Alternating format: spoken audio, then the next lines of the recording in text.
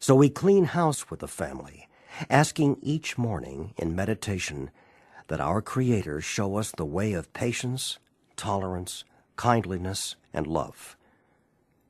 The spiritual life is not a theory. We have to live it.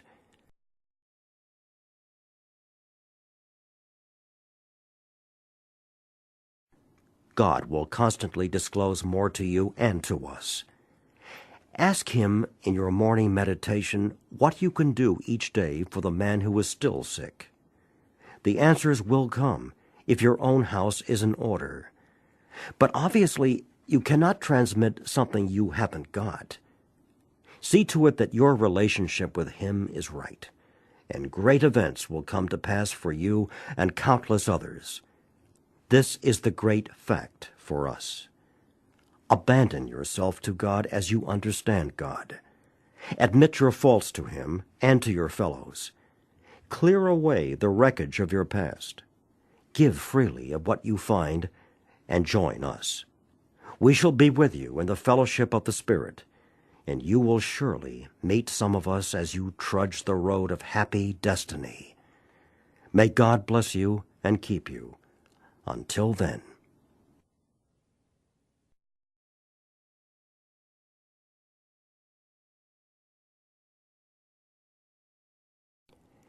If circumstances warrant, we ask our wives or friends to join us in morning meditation. If we belong to a religious denomination which requires a definite morning devotion, we attend to that also. If not members of religious bodies, we sometimes select and memorize a few set prayers which emphasize the principles we have been discussing. There are many helpful books also. Suggestions about these may be obtained from one's priest, minister, or rabbi. Be quick to see where religious people are right. Make use of what they offer.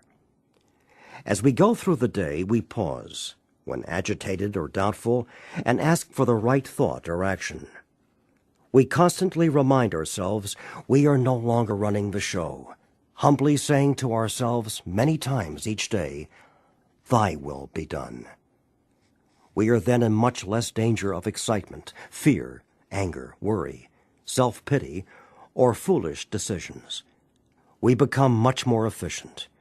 We do not tire so easily, for we are not burning up energy foolishly as we did when we were trying to arrange life to suit ourselves. It works. It really does. We alcoholics are undisciplined, so we let God discipline us in the simple way we have just outlined.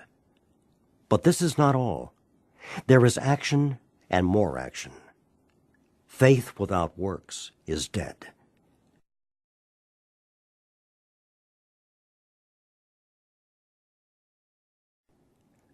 On awakening, let us think about the 24 hours ahead. We consider our plans for the day. Before we begin, we ask God to direct our thinking, especially asking that it be divorced from self-pity, dishonest, or self-seeking motives. Under these conditions, we can employ our mental faculties with assurance, for after all, God gave us brains to use. Our thought life will be placed on a much higher plane when our thinking is cleared of wrong motives.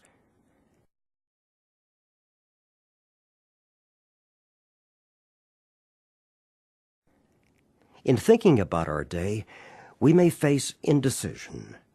We may not be able to determine which course to take. Here we ask God for inspiration, an intuitive thought, or a decision. We relax and take it easy. We don't struggle. We are often surprised how the right answers come after we have tried this for a while. What used to be the hunch or the occasional inspiration gradually becomes a working part of the mind. Being still inexperienced and having just made conscious contact with God, it is not probable that we are going to be inspired at all times. We might pay for this presumption in all sorts of absurd actions and ideas.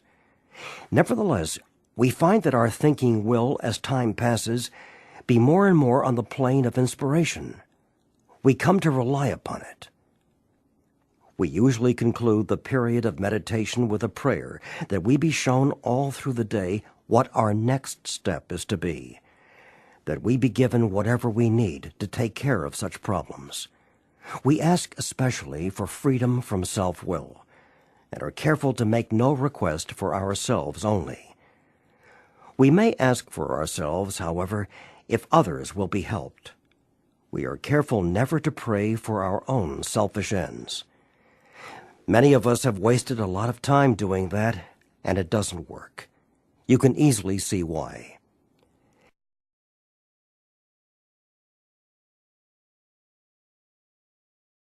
Ten meditations for today. 1. I will be happy. I will have no expectations nor will I make demands today. I will give up my need to know anything or understand anything. Instead, I shall pause and seek the will and guidance of God, which will come intuitively, if I just become still and quiet. 2. I will adjust myself to what is, and not try to adjust everything to my own desires. I will take my luck as it comes, and fit myself to the stream of life. 3. I will try to live through this day only and not tackle my whole life problem at once. I can do something for 12 hours that would appall me if I felt that I had to keep it up for a lifetime.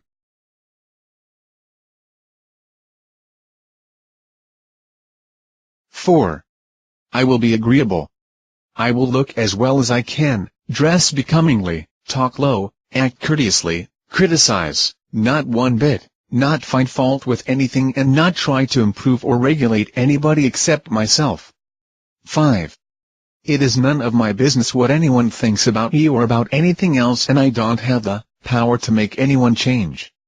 That's God's job. 6. I will remember that it is not the experience of today that drives man mad, it is remorse or bitterness for something which happened yesterday and the dread of what tomorrow may bring. I will remember that the past is gone, it's just an image in my mind. I also have no stake in the future, for it is as yet unborn. Therefore, the present moment is the only real moment, and it is only in the present moment that a conscious contact with God can be found. 7. I will cease fighting anything or anyone, even alcohol, because what I resist persists. 8. I will be unafraid. Especially I will not be afraid to enjoy what is beautiful. I will remember that I am a spiritual mirror, and I will choose to believe that as I give love to the world, so the world will reflect love back to me. 9. I will have a quiet half hour all by myself, and relax. During this half hour, I will try to get a better perspective of my life. My goal is a sane peace of mind through spiritual living. 10. I will exercise my soul in 3 ways. I will do someone a good turn, and not get found out. If anybody knows of it, it will not count. I will do at least 2 things I don't want to do just for exercise.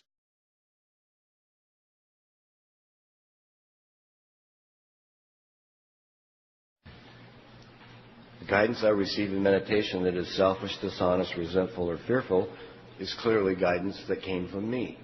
Guidance that I receive in meditation, which is unselfish, honest, pure, and loving, I can be assured came from God.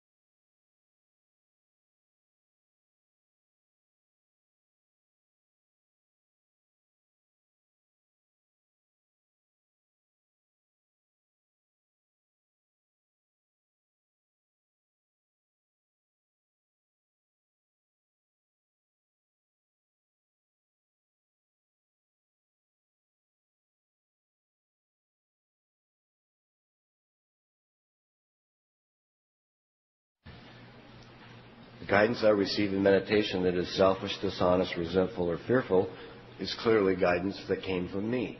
Guidance that I receive in meditation which is unselfish, honest, pure, and loving, I can be assured came from God.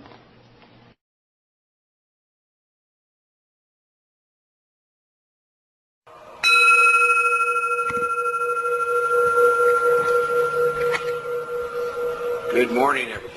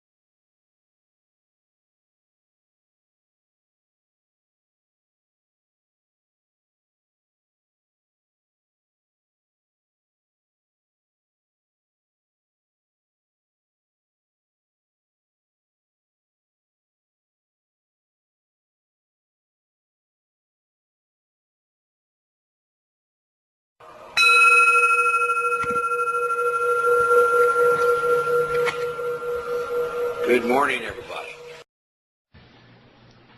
The guidance I receive in meditation that is selfish, dishonest, resentful, or fearful is clearly guidance that came from me. Guidance that I receive in meditation, which is unselfish, honest, pure, and loving, I can be assured came from God.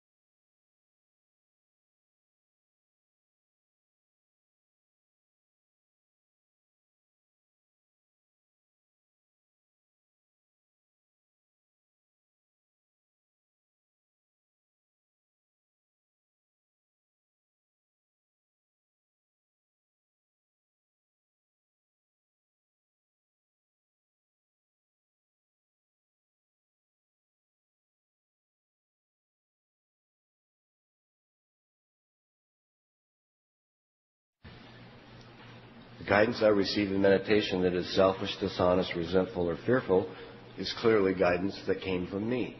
Guidance that I receive in meditation which is unselfish, honest, pure, and loving, I can be assured came from God.